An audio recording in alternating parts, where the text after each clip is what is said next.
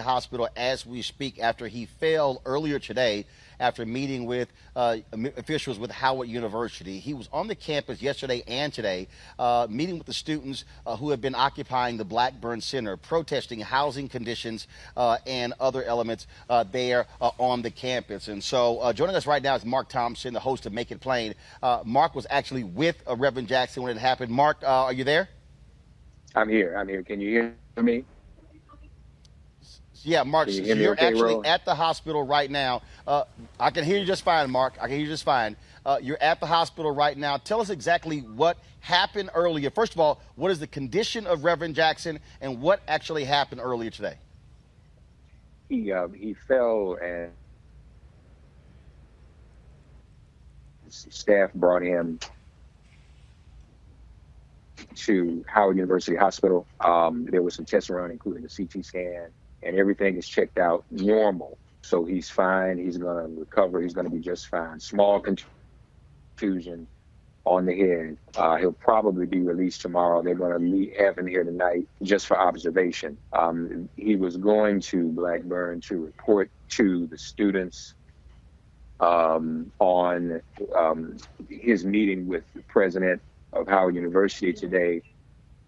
Reverend Jackson has volunteered himself to help the students in the negotiations, and that's what he was doing.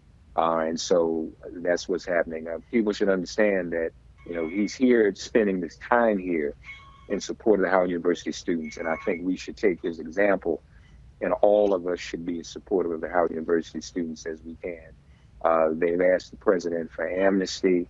Reverend Jackson is trying his best to negotiate that, as well as other fundamental things like inspections where they live, inspections of the dormitories, upkeep and improvement of the dormitories.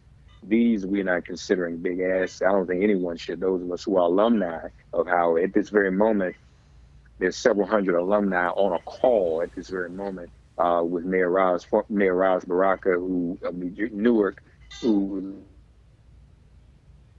led the 1980 alumni mobilizing, parents are mobilizing, and that's what Reverend Jackson was doing, mobilizing when he fell.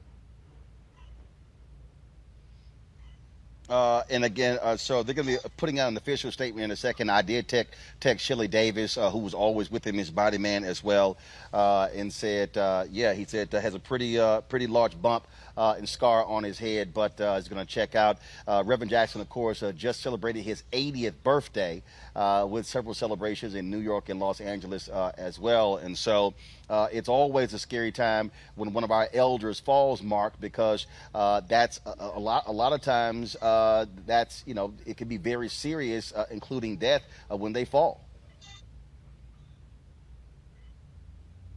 Well, we're fortunate that that's not the case with Reverend. He's fine, he's strong, and he has his challenges, but he's a lot healthier than people might think.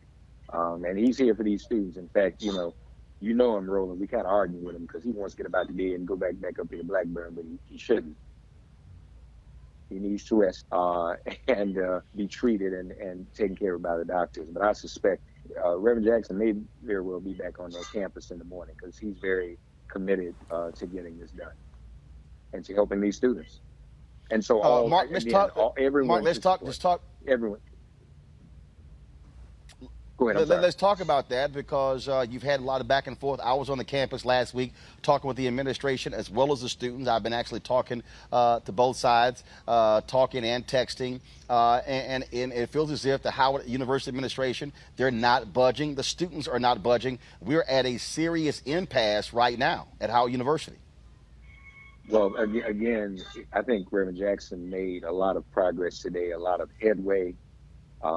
There were some small concessions. I won't give it all away, but their attorney, the student's attorney, Donald Temple, is involved. There are tentatively more talks planned for in the morning between Donald Temple and the general counsel. Both Reverend Jackson and I pleaded with the administration today. Amnesty is something that all student protesters get, no matter what student protest has been. And we look back on 1989 and 2018 at Howard University, there was amnesty. So there's precedent for that. And that's important. These students cannot be retaliated against.